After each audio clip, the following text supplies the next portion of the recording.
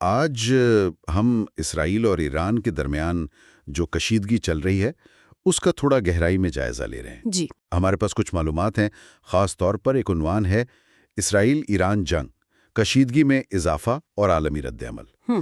تو مقصد یہ ہے کہ صرف اسی مواد کی بنیاد پر سمجھیں کہ بھئی زمین پر کیا ہو رہا ہے، اہم واقعات کون سے ہیں اور دنیا کا رد عمل کیا ہے۔ ٹھیک بات یہاں سے شروع کرتے ہیں کہ یہ صورتحال خود ہی غیر معمولی ہے، کیونکہ دونوں ملک اب براہ راست فوری ٹکراؤ میں۔ یقیناً یہ صورتحال ماضی قریب سے تو کافی مختلف ہے اور اس کے اثرات دیکھیں گہرے ہو سکتے ہیں۔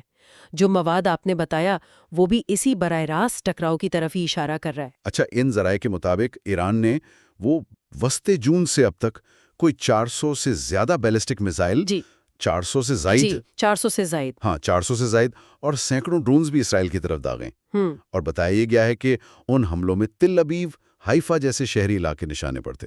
بڑے شہر، جی ہاں، اور کچھ ملبہ تو آبادیوں میں گرا، ایک سکول کے پاس، امریکی سفارت خانے کی ایک شاخ کے قریب بھی، جس سے درجنوں شہری ہلاکتیں ہوئیں اور 90 سے زیادہ لوگ زخمی بھی ہوئے۔ جی ہاں، اور ان ذرائع میں ایک اہم بات یہ بھی ہے کہ یہ حملے اتنے بڑے پیمانے پر ہوئے لیکن اسرائیل کا جو فضائی دفاعی نظام ہے، آئرن ڈوم، ایرو، جی اس نے زیادہ تر خطرات کو روک لیا، تو مواد کے مطابق نقصان نسبتاً محدود رہا۔ اچھا، یہ دفاعی کامیابی بھی اصل میں ایک اہم پہلو ہے۔ بالکل، اور اس کے جواب میں جیسا کہ یہ ذرائع بتا رہے ہیں، اسرائیل نے بھی پھر کارروائیاں کی، جی، اور وہ بھی ایران کے اندر تک۔ اطلاعات تو یہی ہیں کہ مخصوص فضائی حملے ہوئے ہیں، فوجی ٹھکانوں پر، فوجی میزائل اور یہاں تک کہ جوہری تنصیبات کو بھی نشانہ بنانے کی بات کی گئی ہے۔ یہ تو معاملہ سنگین ہے۔ ہاں، اور ان کارروائیوں میں سینئر IRGC افسران یعنی پاسداران انقلاب کے لوگ اور دوسرے فوجی اہلکاروں کی ہلاکت کی بھی اطلاعات ہیں، اور اسرائیل تو یہ بھی کہہ رہا ہے کہ اس نے ایرانی فضائی حدود پر کنٹرول حاصل کر لیا ہے۔ اچھا، انسانی قیمت کا ذکر بھی ہے ان کاغذات میں؟ ہاں بالکل ہے، بتایا گیا ہے کہ تصدیق شدہ ہلاکتیں 585 سے زیادہ ایرانی، 585 سے زائد، جی، اور تقریباً 24 اسرائیلی شہری شامل ہیں۔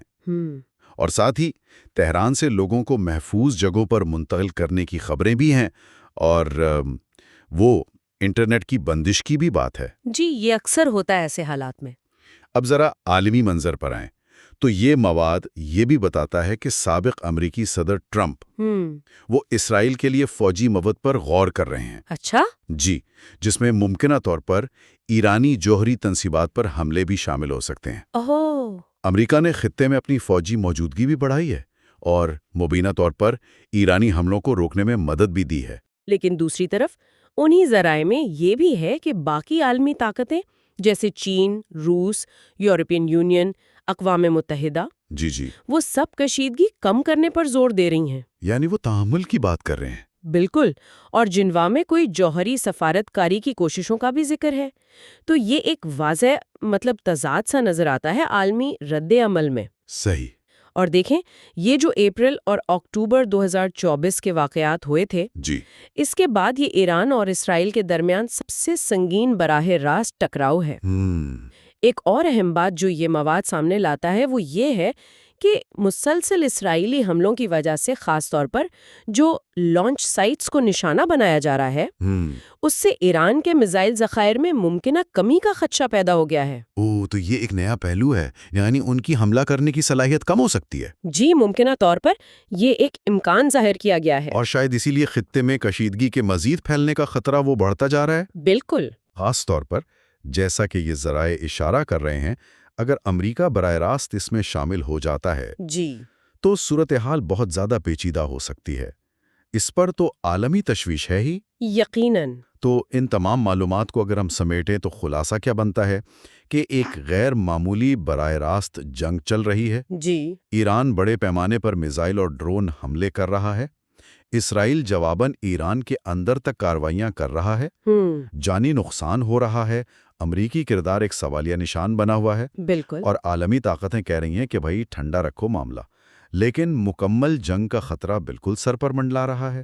یہ سب ہمیں ان ذرائع سے پتہ چلا ہے۔ جی ہاں، اور آخر میں ایک سوال جو یہ مواد پڑھ کر ذہن میں آتا ہے اور جس پر مزید غور کیا جا سکتا ہے جی وہ یہ کہ اگر ایران کے میزائل ذخائر واقعی کم ہو رہے ہیں جیسا کہ یہ مواد اشارہ دے رہا ہے تو یہ چیز مستقبل میں اس تنازع کی نوعیت، اس کی شدت، اس پر کیسے اثر انداز ہو سکتی ہے؟ اہم سوال ہے جس کے مضمرات شاید آنے والا وقت ہی واضح کرے گا۔